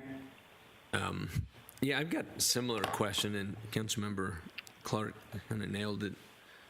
So it sounds like it's a tool that can be used by our staff, and it sounds like it's a tool for citizens, but can you regulate it? I don't know how you do this, but regulate it so it's not used so frequently, so often, that now you're causing an issue to your neighbors. So can it be something you do, a maximum of 3-4 times a year? Just thinking out loud, because that can become a nuisance. And my neighbor's always doing that to me, and there's really nothing there, and it becomes a nuisance to our staff too. Anything you can do with that? Mayor, Vice Mayor, I think if we limit it to specific life safety issues, it would reduce the number of times it could be used naturally. I don't know that putting a provision in there that says only maybe 3 or 4 times a year would accomplish what the council's discussing. Because a lot of times what we see, let's take the example of someone living out of a trailer in the backyard connected to a power outlet through an extension cord, creating a life safety concern. We go out and enforce, they comply. As soon as we leave, or within a couple of weeks of us leaving, they go back to doing this violation. That's why we have a repeat offender program, for example, because after even the 3rd time of getting compliance from a resident, the 4th complaint comes in, within the same 12-month period. And so I think if we limit it to just those life safety issues, it will naturally reduce the number of times it's used. All right, so let me ask you this. So 2 things. The first one is it written in here that it's going to be only used for life safety violations? Mayor, Vice Mayor, that's how we would draft it. No, is it written in there? Mayor, Vice Mayor, we have not drafted Okay. the language. So 1, it's not, and then 2, who's going to determine that it's to show up based on a phone call that I'm saying is life and safety? I'm not a professional. So Mayor, who Vice determines Mayor, that? You walk up and then you look and say, no, it's not, but I see other things there. Mayor, Vice Mayor, in the draft of the language, I think we would have to be very specific to your point. Okay. But right now it's not. That's consensus is trying to be met here on something that doesn't demonstrate or doesn't determine if it's life and safety. I think somebody can call and say, hey, there's vehicles parked back there and they're not on an approved surface. Get up here, take a look, you're done. That's not life and safety. So Mayor, Vice Mayor, I think the way forward might be to, if there's consensus from the council for code, to work with the attorney's office, draft the actual language and bring it back to a workshop before it goes to a voting meeting, so you can see exactly how it would look and what it would apply to. Thank you. So again, I want to go back to my earlier question. I've heard nobody talk about, other than myself, the opportunity to use satellite photos. Why are we ignoring that? Mayor, Google Earth is changed once every February. And I don't believe, although let Mr. Bailey speak to it if he chooses, I don't believe the court would accept that as evidence of a violation. Well, it certainly gives you probable cause if you have a photo to then go out and inspect. Mayor, these are civil violations, and so we would not be able to get a warrant to go onto the property. Okay, so again, I'll go back to the same scenario all over again. By doing the homes that you can crawl up on the patio, properly, stairs built for that, or a second story, I dare say that we probably don't have a 50% of 2-story homes in Glendale. So there are a lot of places that will continue to have the same issue that we'll never address, and you'll have other people that's going to get pounded. I don't think this is fair. I don't think it's addressing the issue that we really have properly. Mayor, Go ahead. when you talked about satellite, we're using drones more and more often. We are going to have to figure out through our attorney or whatever how we can use drones permissibly to perhaps enforce some of these life safety issues. That might be a better way, because it can be applied uniformly whether there's a 2-story house to observe from or not. So I would like to see us begin to look into the issue of how we can use drone technology. We already use it with the police. And I think and when you think about it, one of the problems in code enforcement in general is the ability for an inspector to go and see any number of houses. And we're talking about doing focus areas again. Well, if we could drone over a focus area, that would cut down the time needed for a code inspector to go out physically and drive those streets immeasurably. So I would like to see us start to investigate how we can use drone technology within code enforcement. And that would include the ability to look at life safety issues in backyards. Thank you. I'd just like to have our attorney address this question about Google Earth and whether or not it would be viable to use that as an option. Mayor and council, the problem you have with Google Earth, and it's to Mr. St. John's point, is that it's not updated regularly. So from an evidentiary standpoint, it's become very difficult to submit that to a court as best evidence of a violation, because honestly, we may not even know that that violation exists. It may show it in a Google photograph, but we would not know that. To the extent that that may be the basis for probable cause, again, this is a civil matter, and that's one element to keep in mind as well. And if I may just briefly comment on Councilmember Clark's point, is that with regards to drones, and keep in mind that this area of case law arises out of the Fourth Amendment and the search and seizure, which is constantly changing. I mean, that's one area of law that is constantly changing. And the use of drones has been allowed in certain circumstances. However, it's generally coupled with the idea that's historically been followed is that with the naked eye. So, meaning there have been cases where somebody's flown over at 1,000 feet and they've seen something and that's been okay. But to take a drone and put it in somebody's backyard or in a neighbor's backyard where you have a vantage point that the public would generally not have, that's usually frowned upon by the courts. Mayor, if I may continue. Hold on. So if I could follow up now that you've just told me no. I didn't say no. Well, you have said no. But so if I could follow up. So if the intent was to use the drone to survey a neighborhood, and then during the course of that survey, there were violations observed, incidental to the main purpose of just surveying the neighborhood, could that technology then be used? Mayor and council member, that's something we need to look at, because now you're not even talking about a violation. You're actually talking about government intrusion in terms of a sweep, so to speak. So you're flying over an entire area, sweeping an area to find violations, and I think that's something that we would need to look at, because we're unaware of any violation. We're actually just looking for violations. So that's something we'd have to look into. I'd appreciate it if you did. Thank you.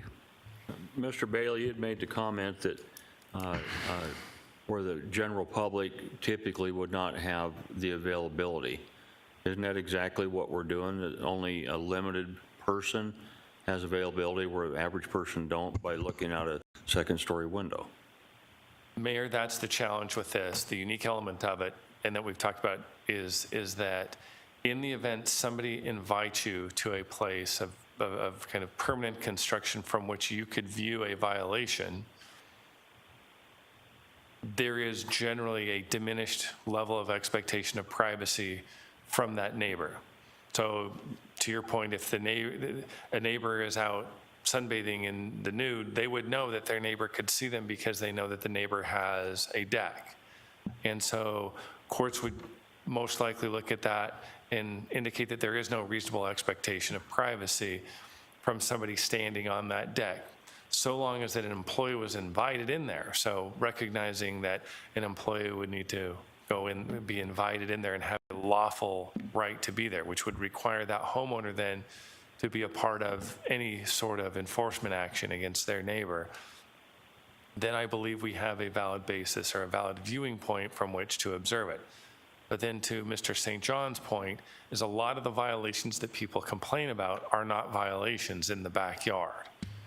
So we talked about a historic vehicle being repaired. Somebody may store 15 vehicles in their backyard. That's not a code violation. The neighbor may not like it, but that's not a code violation, so we wouldn't be able to address that. That's one of the reasons why we've narrowed it, and we've tried to narrowly tailor this to those life safety issues. And then recognizing, kind of as the last point, because there were some conversations about the areas of viewing. We do not want our employees to be on any sort of temporary structure on a ladder in somebody else's yard. So it has to be a permanent structure. So it would be something of a view outside of possibly a window. And then there needs to be the decision whether or not we would actually want employees to be in somebody's home and or on a back patio, raised, elevated area so that they can see it, where if in fact somebody invited people to go there, they can see it. It wasn't I now dumped 10 feet of dirt on in this hill and now you can climb to the top of the hill and see over again. It's not that. I threw a lot of it out there at you, but that's just to give you the context of where we're at in this. Mayor, look, I'm not asking to ignore a council member's request or suggestion, but let's not waste a lot of time on looking to see if we can get drones to survey our community and find violations. I mean, for God's sake, put cameras in their backyards now. Is that what we want to do? Come to Glendale. Come live and work and visit Glendale, where we use drones to survey your home and we'll find violations. Sure, absolutely. That's not Glendale. Let's not waste that much time. I'm not saying to disregard the request, but let's not waste a lot of time on looking to see if we can use drones for that. That's ridiculous. Mayor? I would like to address 2 points. One, it is true that this is not going to address all of the issues because there are only certain vantage points as you'll be able to see these violations. But in my opinion, finding some life-threatening violations is worth finding, even though we can't address it equally across the city. Secondly, I would ask this council to consider consensus to move this forward, to have that ordinance drafted and brought back so that we can see the verbiage and we can rework it, we can do what we need to do to make it acceptable for the entire council. So I'll just ask for consensus on being able to do that and then have this brought back at another workshop. Thank you. Mr. St. John, what other cities have this ordinance? Mayor, many of the cities have in their ordinance that the violation has to be viewed from beyond the boundary of the lot. We are the only city that says at ground level from beyond the boundary of the lot. That said, I'm not aware of any other city that allows their enforcement officers to take a fixed elevated position to view a violation. Okay, how many cities allow people to go into the neighbors' yards or homes to look? Mayor, I don't know the exact number, but of our market cities, I would say at least half, if not more than half. Allow people to go into other people's homes? Mayor, they have the language that says beyond the boundary of the lot, which does allow them to go onto adjacent properties to view a violation. But my specific question, go inside somebody's home.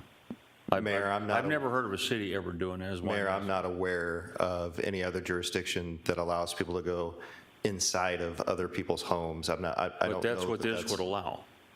Mayor, this would allow an enforcement officer to take a fixed elevated position to view a violation. That may mean going inside the home. Most often, I think it would, because I don't think there are many homes that have constructed external stairwells leading to a balcony. I think it would have to be access gained from the interior of the home. So with that, would you, when this thing comes back, would you get me a number of cities that actually allow people, code enforcement, to go inside someone's home? Mayor, I can work on that, yes. Okay. All right, Mr. Phelps. Mayor, members of the council, again, fascinating public policy issue here, and so it's great comments all the way around.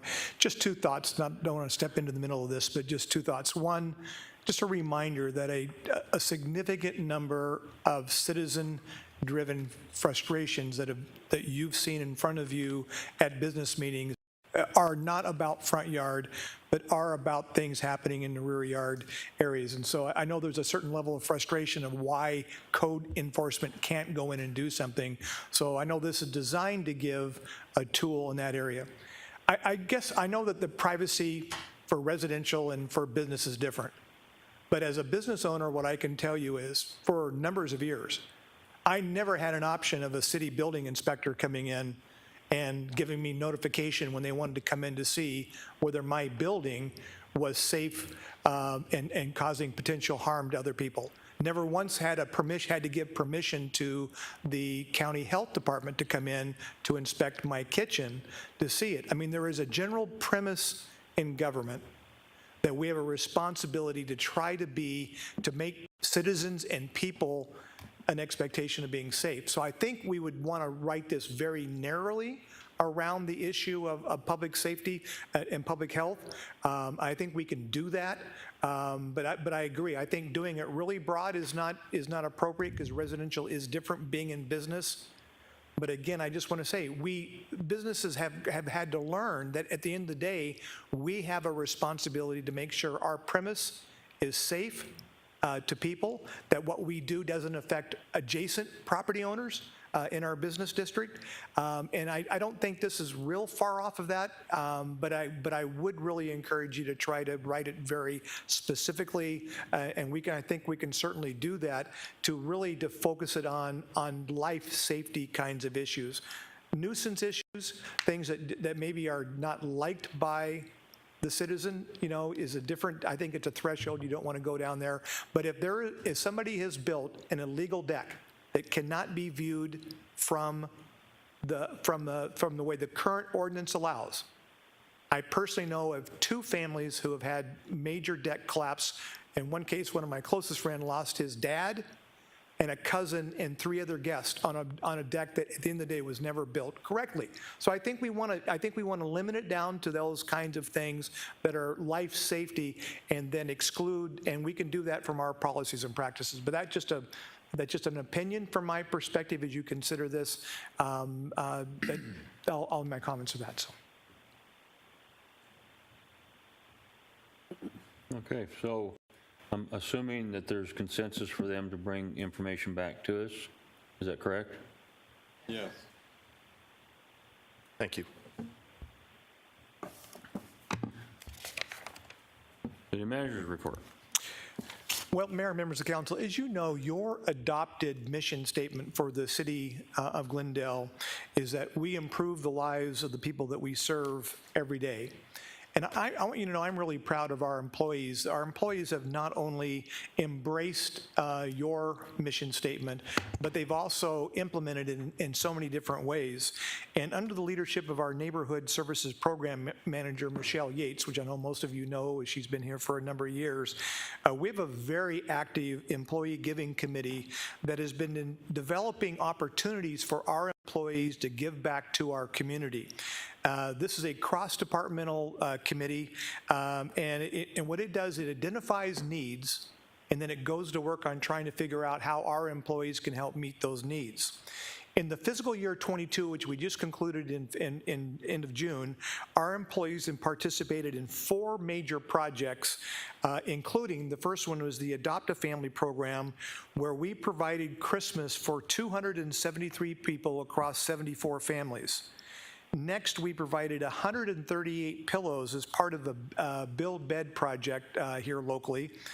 Next, they put together nearly 700 tote bags for the Summer Hope Tote Program drive to benefit the rescue mission.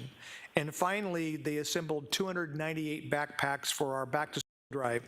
And our Public Affairs Department has put together a quick video on this. It's about 90 seconds, so if you're okay, I'd like to just show you to kind of recognize what our employees have done on this last item.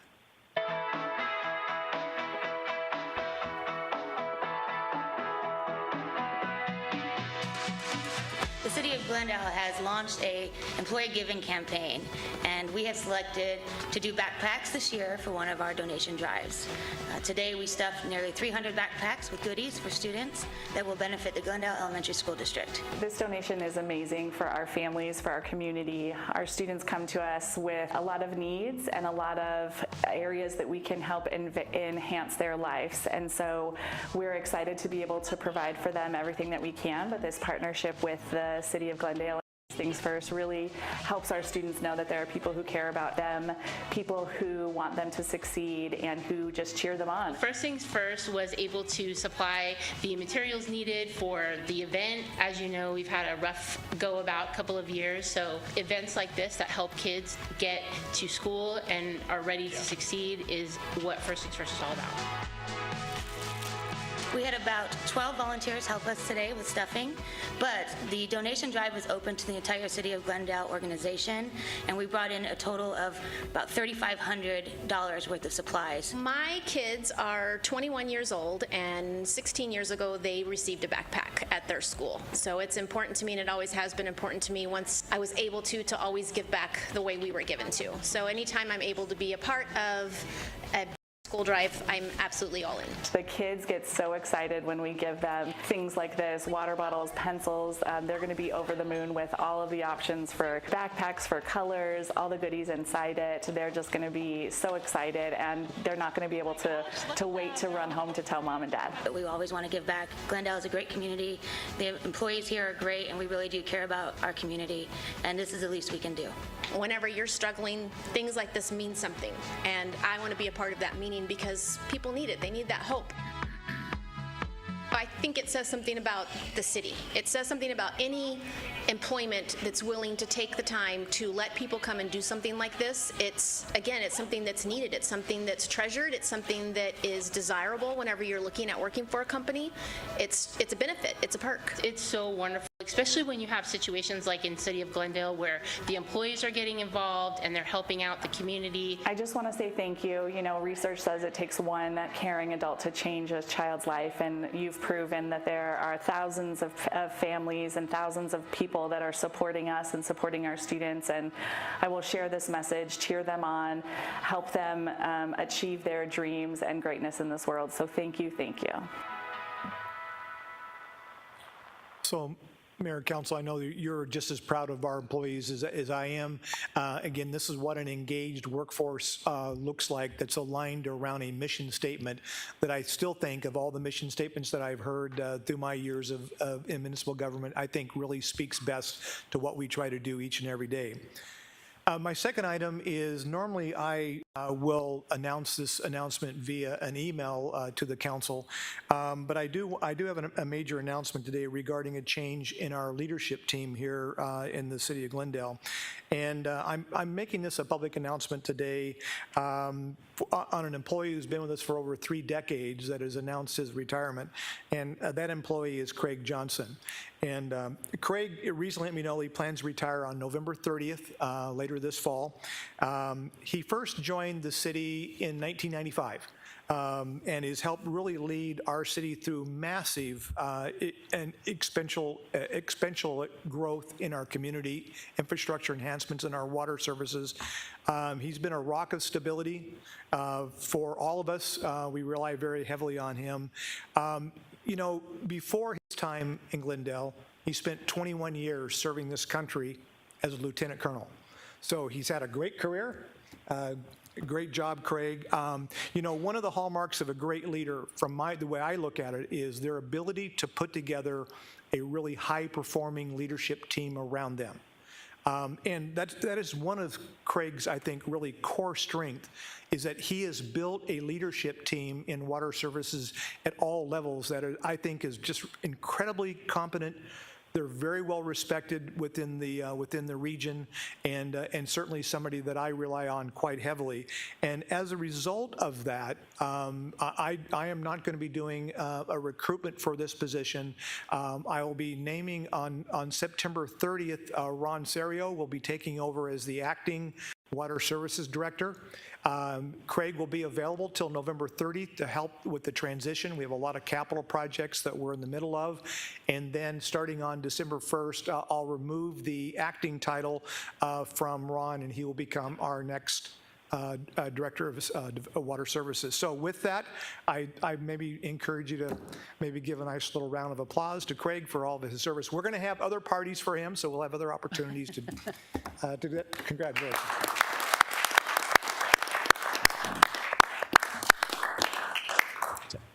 All right, thank you. Before we go to the next thing, your first item that you brought up sort of gives me a caveat to talk a little bit about an event that we have coming up, Stand Up for Veterans. Don't shake your head. No, you don't know where I'm going with this. With that said, the City of Glendale employees have been huge. The court systems, Michelle Yates herself, a lot of City of Glendale employees participate in that. And so even though what we just seen on the video is part of it, there's so many more things that they actually are involved in, engaged in. So I think that recognition was awesome. But again, I think you only hit about 10% of what they actually do. So good job to all of them. See, that wasn't so bad, right? Okay, all right. Okay, City Attorney's report. No report. Is that why you were shaking your head no? Oh, okay. Council item special interest. Councilmember Clerk. Nothing at this time, Mayor. Councilmember Hugh. Nothing, Mayor. Councilmember Milner. Nothing today. Councilmember Tomchop. Yes, Mayor, I have one item. Back in when CDAC was going through the recommendations to council for the 2020-2021 plan, they allocated $172,355 CDBG money for the Murphy Park irrigation replacement. There's been quite a bit of discussion about this. It was written up in the newspaper, and I've had residents inquire about it. So I tried to track down we didn't make the repairs to Murphy Park.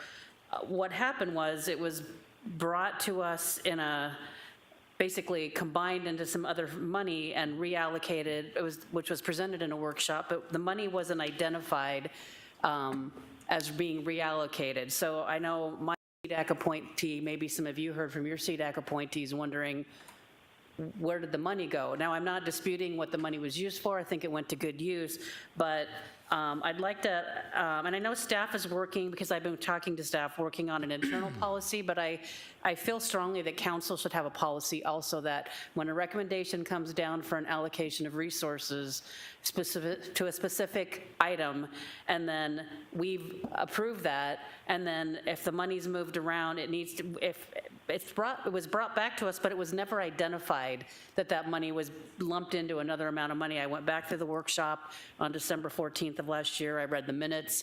It was never identified that this money was being reallocated. So I feel strongly that we should at least have a discussion about that being a council policy, that that's brought back to us with the exact thing identified, and then we're told that it's being reallocated. The recommendation of staff is to reallocate it for another use, so we know exactly what's happened to it. Thank you, Mayor. Councilmember Turner. Nothing today, Mayor. Vice Mayor. Yes, thank you, Mayor. Before I do that, Mr. Johnson, you are a very respectful man, very respected man. I respect you so much.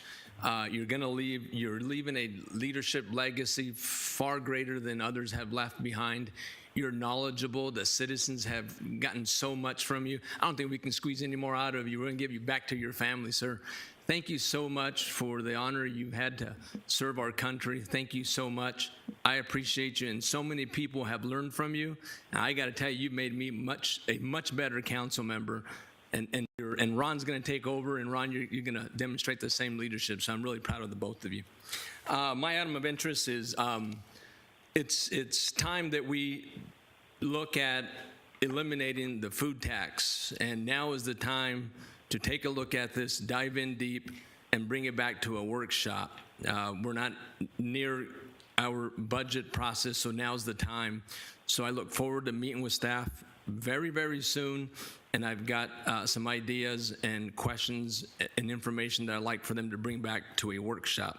And then the last one is, unless I missed something, the city manager was to bring back a policy for addressing items of interest, and I don't believe we've seen that. To his credit, though, the city manager and I did have a conversation. He does have a solution, but we yet to see that memo. You can get that out pretty soon. Thank you. All right. We have executive session. Motion to go into executive session. So moved. A motion is second. Any discussion? Hearing none, all in favor, vote aye. Aye. Any opposed? We're going to exec session. Meeting's recessed.